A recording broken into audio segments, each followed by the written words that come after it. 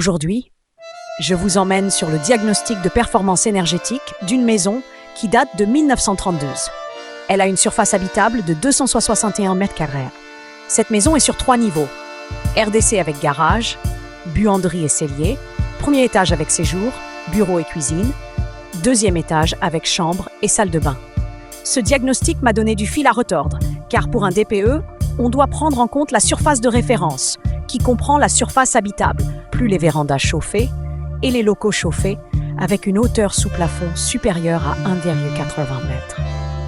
Dans cette maison, le garage 2 est chauffé, car il y a un radiateur raccordé au réseau. J'ai donc dû renseigner les murs du rez-de-chaussée qui sont différents de ceux des étages. Vu leur épaisseur, 35 cm, ils ne sont pas trop déperditifs. Mais les menuiseries sont encore d'origine. Bois simple vitrage.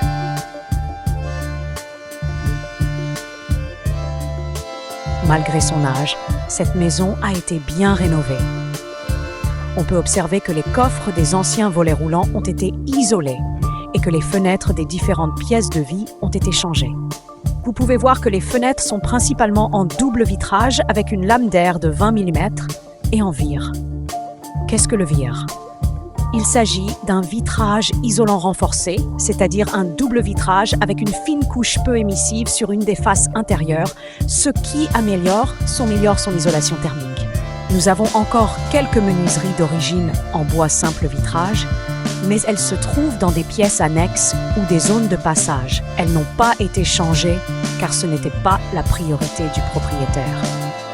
Cependant, du fait de leur dimension et pour certaines, de leur forme et de leur localisation, leur remplacement sera plus compliqué. Cette maison est chauffée grâce à une chaudière à gaz qui date de 1996.